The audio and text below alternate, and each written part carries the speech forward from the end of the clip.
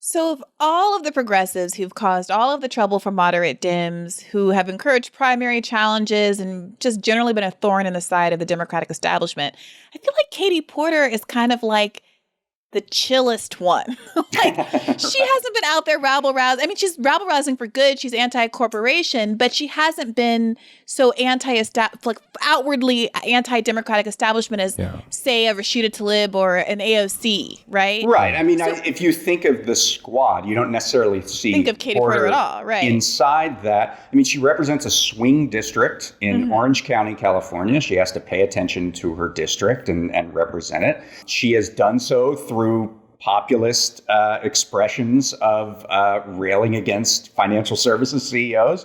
And it worked pretty well. She won by a much greater margin in 2020 than she did in 2018.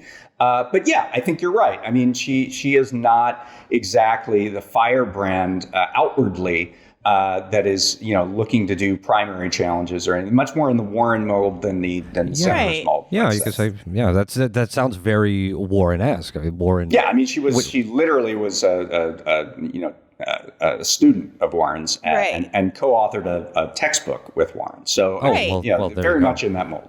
So what motivates, do you think, the desire to punish her in this way?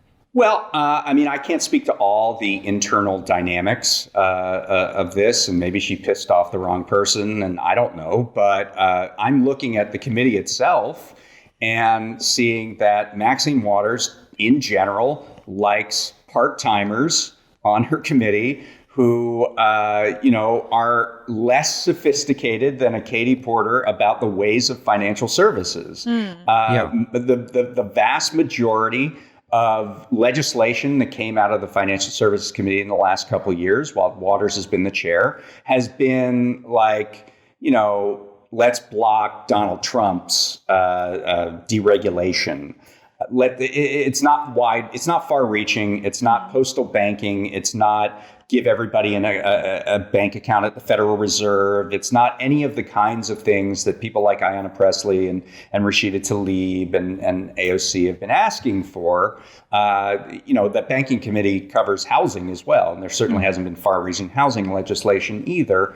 So, it's been very middle of the road, sort of anti-Trump, and that's about as far as it goes. And a lot of it has been bipartisan. Porter, I don't know what she was asking for because nothing passed, right? But certainly she's someone who would be in a position to ask for much, much more in terms of an agenda for financial regulatory reform. And she was completely rebuffed.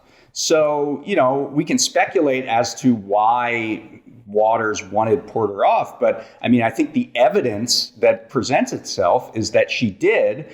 And we know that Katie Porter is a hard-charging financial services reform advocate, and the committee's output has generally not been. So draw your own conclusion from there. Yeah, and it seems it's also pretty standard for swing district members to get the committees that they request for the most vulnerable members.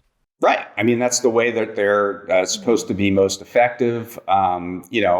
I don't think Porter engages in this, but frankly, the Financial Services Committee is often a dumping ground for these frontline members who get to raise money from the banking industry because they control the regulation of their various products. So, I mean, that's the common way that you do this.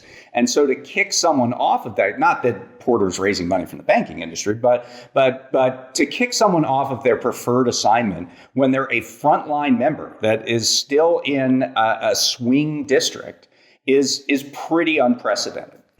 So maybe her presence interrupts this process where, the district exists for, to help vulnerable members and freshman members hoover up money from the people they're supposed to regulate. I mean, that's the name of the game, to have someone come in with their charts and their dry erase board and start saying, hey, how about we regulate these financial services? Right. It hurts everybody else is what you're saying. Yeah. I mean, that could be part of it. I mean, she wasn't playing the game that,